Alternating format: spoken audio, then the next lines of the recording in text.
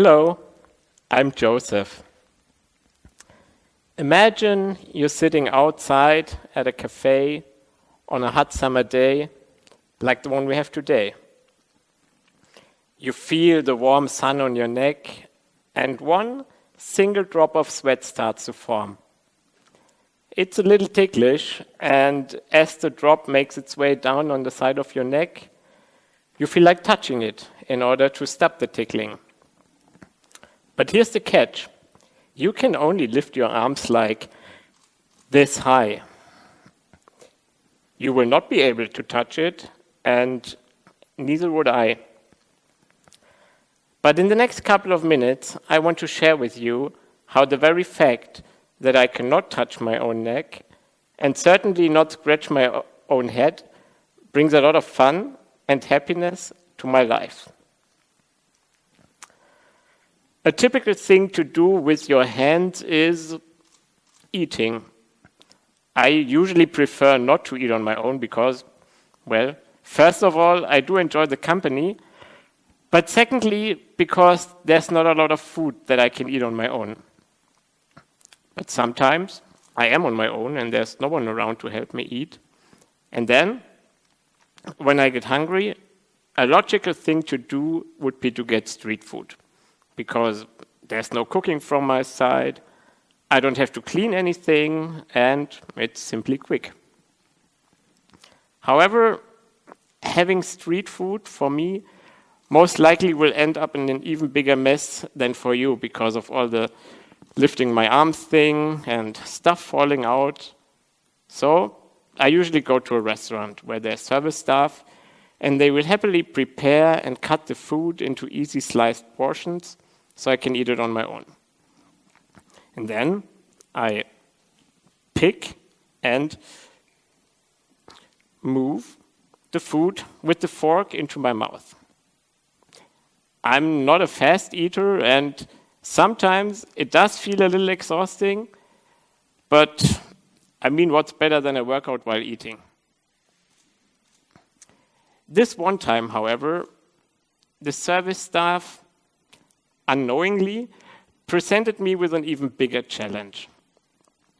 After I finished my meal, I asked for the check. And along with it came a big bowl of ice cream as a gift. That's great, right? Well, for me it wasn't easy to appreciate because, as I told you, eating on my own is hard, especially with food that will not stick to a fork. So I was facing quite an internal dilemma, because if I had tried to eat the ice cream, it would have ended up in a mess. Especially with ice cream, time would have really been my enemy.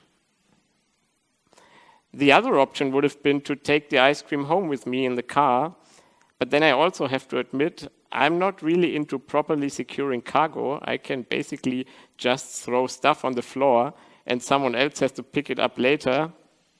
So, also a little messy. And the third option would have been to just leave the restaurant without touching the ice cream. But that would have been really rude. So, what now? What came to my mind then were the two ladies sitting at the window nearby.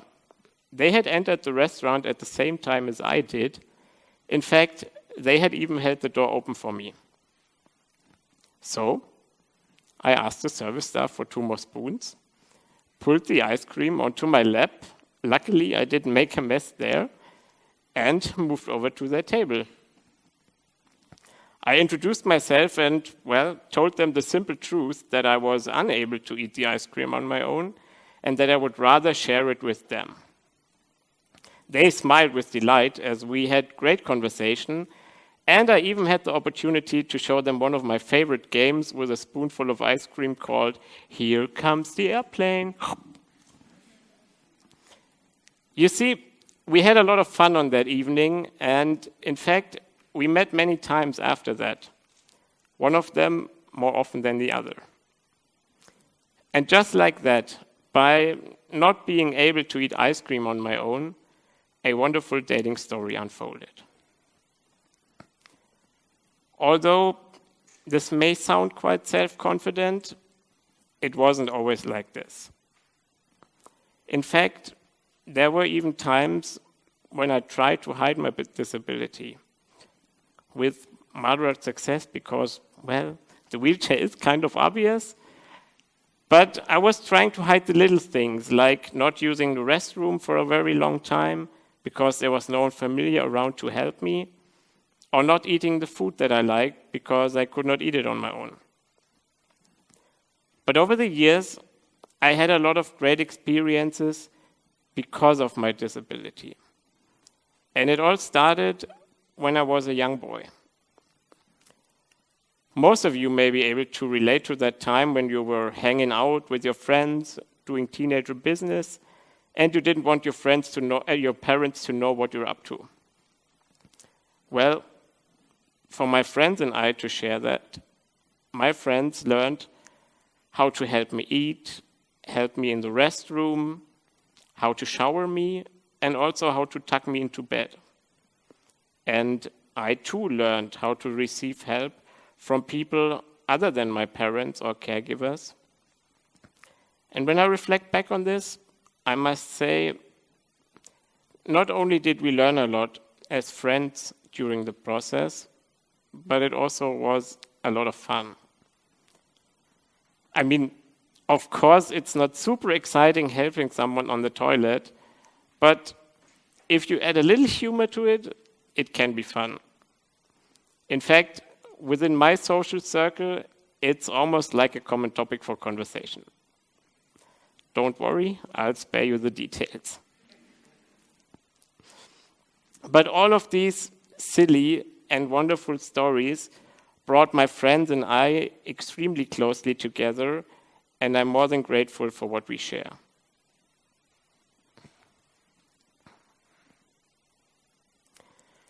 Another important step in finding happiness and self-confidence was the education and mentoring that I received and me being able to start my career.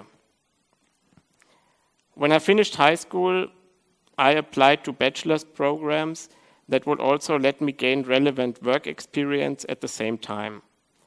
And while trying to find a company to do that with, my disability proved to be a great filter for finding companies that really share my visions, values, and excitement. Because you see, on the one hand, there are those companies that have a million questions about my physical limitations, whereas on the other hand, there are those that seemed like they don't even realize I have a wheelchair in the first place. And interviews usually end like, well, we may not know all the steps along the way, literally and figuratively. We may not know all the steps along the way in advance, but together, let's make it work. And throughout my whole career, which now is already lasting about 10 years, my colleagues always enabled me to be at my best, and I had the opportunity to work with many great companies. And as always, it has been and still is a lot of fun. Unless, of course, there's a sporting event. You see, after this picture was taken, my colleagues and I started on a 7-kilometer run. And they weren't so happy when they were running, sweating, and giving it their all. Yet I overtook them, smiling, pushing my thumb forward.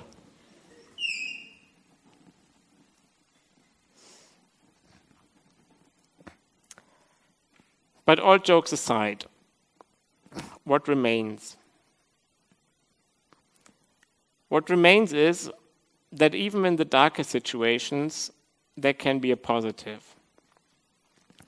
And to illustrate that, I want to share one last story with you. A few years ago, I moved to a new city and I was exploring it on my own. And it was a chilly evening and I was already feeling a little cold. You know the feeling that you get when it's cold and it becomes harder to move your fingers? Well, for me, that's like turning into a stone. And on that evening, I was around 30 minutes away from home, and as I was driving home, I felt the cold entering my body and especially my hands.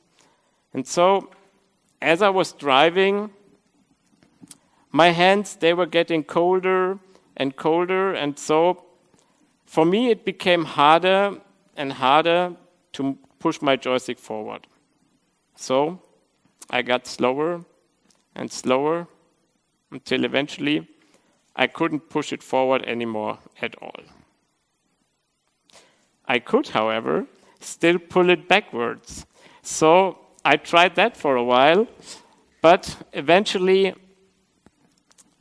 I was even too cold to do that. And then I stood there,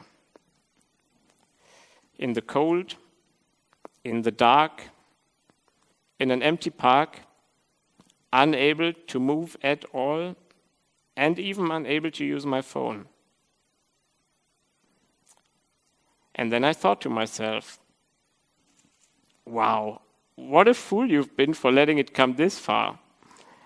I mean, there were plenty of things I could have done differently on that evening to avoid this seemingly dead-end situation. But somehow, I still ended up in this, all by myself. I waited for a while because, well, there was nothing else I could do anyways, until a guy walked past me.